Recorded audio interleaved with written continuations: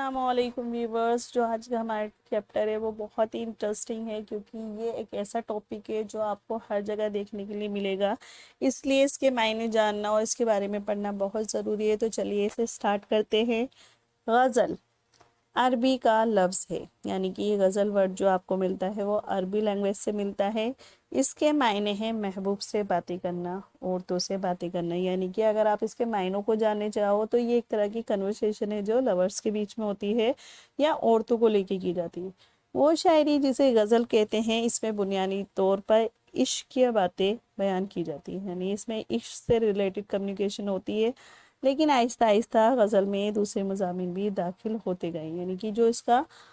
Starting meaning تھا وہ یہی تھا، لیکن دھیرے دھیرے یہ چینج ہوتی جا رہی ہے، یعنی اب اس میں صرف کنورسیشن نہیں رہ گئی ہے، اس میں ہم نے دوسرے ٹاپک بھی شامل کیے ہیں تاکہ لوگ جو غزل کو پڑھنے والے ہیں وہ ان چیزوں کو بھی سمجھیں اور دیکھیں اور پڑھ سکیں۔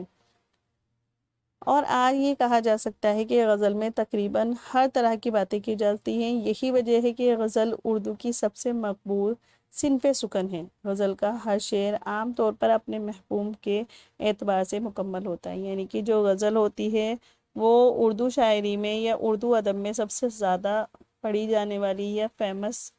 صنف سکن ہے، اور غزل کا جو جتنے بھی شعر ہوتے ہیں وہ اپنے آپ میں مکمل ہوتے ہیں، کمپلیٹ ہوتے ہیں، ایک سینس دے رہے ہوتے ہیں وہ، ٹھیک ہے۔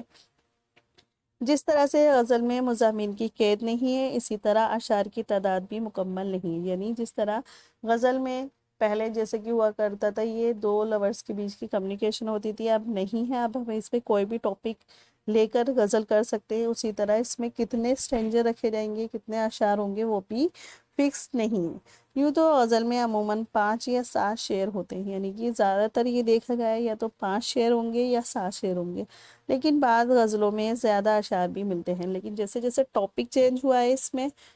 ایسے ہی اس میں اشعار کی تعداد بھی چینج ہو گئی ہے۔ کبھی کبھی ایک ہی بحر، قافیے اور ردی میں شاعر ایک سے زیادہ غزلیں کہہ دیتا ہے، یعنی کہ ایک بار ایک اسٹینجا کو لے کر وہ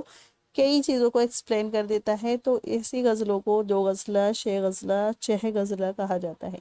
کسی غزل کے اگر تمام شعر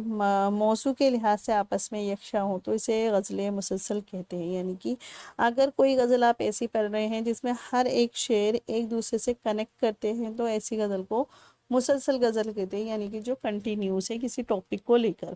اور اگر شاعر غزل کے اندر کسی ایک مضمون یا تجربے کو ایک سے زیادہ اشعار میں بیان کرتا ہے تو اسے قطع اور ایسے اشعار کو قطع بند کہتے ہیں، یعنی کہ آپ نے کوئی ایسی غزل پڑھی جس میں صرف ایک ہی ٹاپک ہے لیکن جو اس کے لیے اسٹینجا یوز کیے گئے ہیں وہ کئی سارے ہیں، تو ایسی غزل کو قطع یا قطع بند کہا جاتا ہے، یعنی جو اس کے اسٹینجا ہے انہیں قطع بند کہا جائے گا اور غزل کو قطع کہا جائے گا۔